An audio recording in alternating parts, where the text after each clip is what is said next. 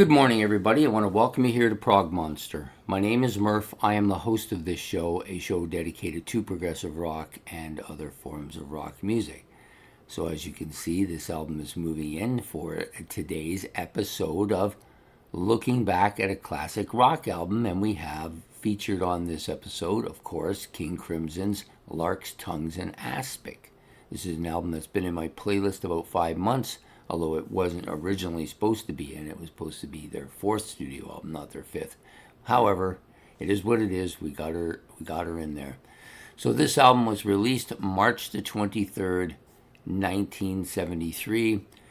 Command Studios in London, England. It's about 46 minutes, 47 minutes in length.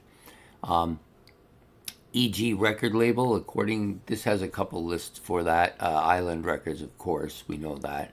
And then it was produced by King Crimson. Now, featured in personnel on this album, 5 people.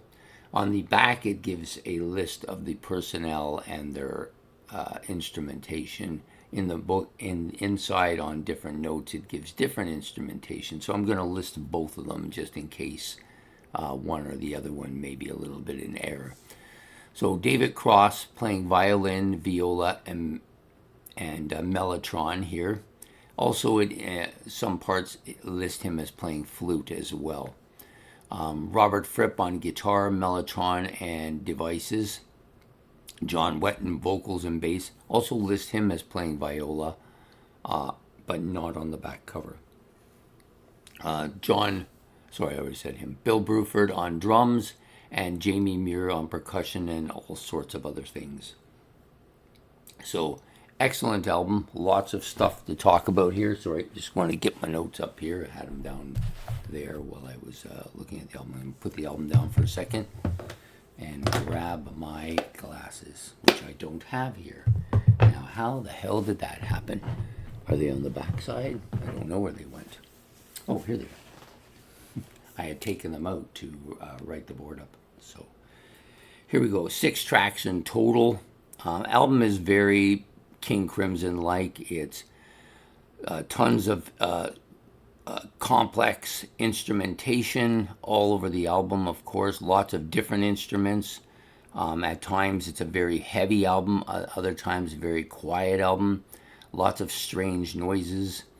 I've always thought this way about King Crimson. So you have your mainstream music. You have your music that's just outside of that. That's progressive, like Rush and stuff. And then you have stuff like Gentle Giant, which is a little further out. And then you got Floyd's in that same range, maybe Floyd, and then Gentle Giant. And then you have King Crimson on the fringes here. So King Crimson's stuff, excellent, but very different. The vocals on this album are very strong as well. John Wetton has a powerful voice. So the first track, Larks, Tongues in Aspic, Part 1. There's a xylophone that kind of opens this track and really execute it well and gives a kind of almost a pastoral feel to it, but that's where that ends. And then you get the keyboard sounds and the guitar sounds, which are really catchy but build up. Then it gets you have a heavy riff with some soloing in there as well.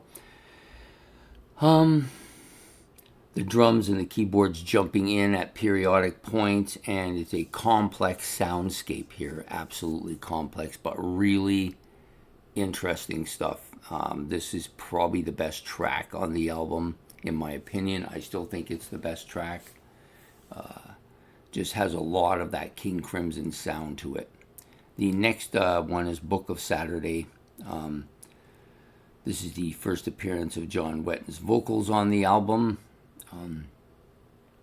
I'm always amazed at how similar his voice is to Greg Lake's. Very similar in sound in a lot of ways. Catchy track with a lot of guitar, sweet noise, a lot of sweet guitar noises on this track. I did like this track as well. The next track, Oat, is Exiles, very similar to Book of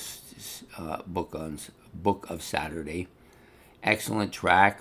Openings with this keyboard synthesizer part, then a soft and sweet keyboard guitar part as well in here as it was in Book of Saturday.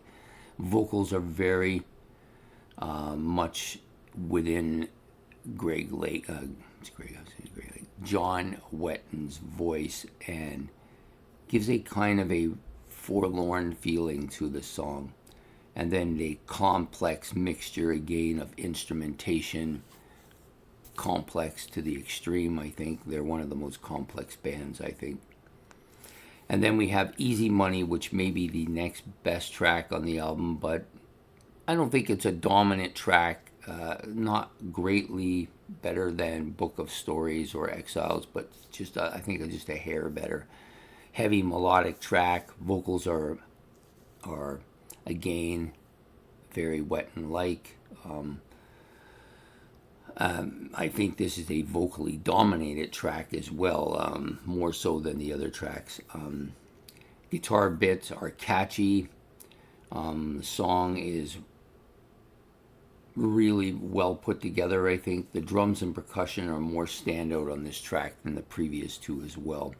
Then you have the talking drum, which I think is probably the weakest track on the album, but it's not bad. It's an instrumental. I believe it's an instrumental. I don't remember any vocals on here. A lot of Indian sounds on this track, and instrumentally very complex, and the guitar is dominant as well. So an interesting track. Then you have Larks Tongues in Aspic Part 2. This is an instrumental. Very heavy metallic opening with a strong instrumentation once again. Heavy guitar riff and heavy soloing, and then you have that pounding drums and other noise effects brought on by Jamie Muir as well. This was Jamie Muir's injured his foot during the tour, so wasn't able to play at some of the concerts, and also left the band after the album. But an excellent album, one of their best ones. I don't know if it's my favorite by them. I still think I lean a little bit more towards In a Court of the Crimson King and In the Wake of Poseidon. I like both those albums quite a bit. Maybe in time, given a little more time, this might end up being the best of the best here. But just a typical sounding King Crimson album with all of its complexity, musical geniuses and stuff like that. It's just excellent album. I think if you're getting into King Crimson, it doesn't really matter where you start. It's going to be complex. This is a band that you should listen to other bands that lead up to it first before you get into it. Some people can go straight to it.